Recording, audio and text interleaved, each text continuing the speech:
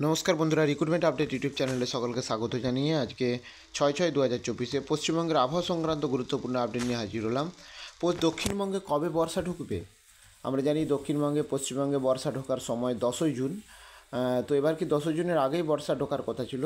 তো এখনও পর্যন্ত আবহাওয়াবিদরা কী বলছেন কবে নাগাদ এই মৌসুমি বায়ু দক্ষিণবঙ্গে প্রবেশ করবে? উত্তরবঙ্গে অলরেডি চলে গেছে মৌসুমি বায়ু, ঢুকে গেছে। তো দক্ষিণবঙ্গে কবে বর্ষা শুরু হবে বা কবে মৌসুমি বায়ু প্রবেশ করে বৃষ্টি শুরু করবে? আসুন এই সংক্রান্ত আপডেট দেখে নিই বিস্তারিত কী রয়েছে। আগামী 3-4 দিনের মধ্যে দক্ষিণবঙ্গে বর্ষা প্রবেশের কোনো সম্ভাবনা নেই, বুধবার জানালো আবহাওয়াবিদরা। দক্ষিণবঙ্গে বর্ষা প্রবেশের স্বাভাবিক দিন 10ই জুন। তার 7 দিন আগে বা পরে বর্ষা এলে তাকে স্বাভাবিক বলে ধরা হয়। এবার 10ই জুন বর্ষা আসবে কিনা তা এখনই নিশ্চিত করে বলা যাচ্ছে না। আলিপুর অফিসের অধিকর্তা জানাচ্ছেন যে মৌসুমি বায়ু অগ্রসরের পথে মাঝে মাঝে স্বাভাবিকভাবে থমকে দাঁড়ায়। এটা স্বাভাবিক ঘটনা।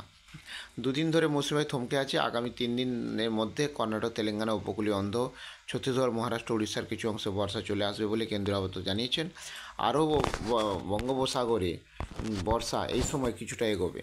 উত্তর পশ্চিম বঙ্গোপসাগরে বর্ষার অগ্রগতি হলে তা পশ্চিমবঙ্গের উপকূলের কাছে চলে আসবে। বর্ষা না এলেও বজ্রগর্ভ মেঘ থেকে বিক্ষিপ্ত বৃষ্টি চলবে দক্ষিণবঙ্গে, পাশাপাশি থাকবে ভ্যাপসা গরমও। বর্ষা এগিয়ে আসায় বাতাসে জলীয় মাত্রা বেড়ে গিয়েছে, তাই তাপমাত্রা খুব বেশি না হলেও অস্বস্তিকর গরমে জেরবার হতে হচ্ছে সকলকে। তো যাই হোক, এই আপডেটটা আমি শেয়ার করলাম, আর আপডেটগুলো অবশ্যই শেয়ার করবো। সঙ্গে থাকবেন এবং চ্যানেলটা সাবস্ক্রাইব করে নেবেন। ধন্যবাদ।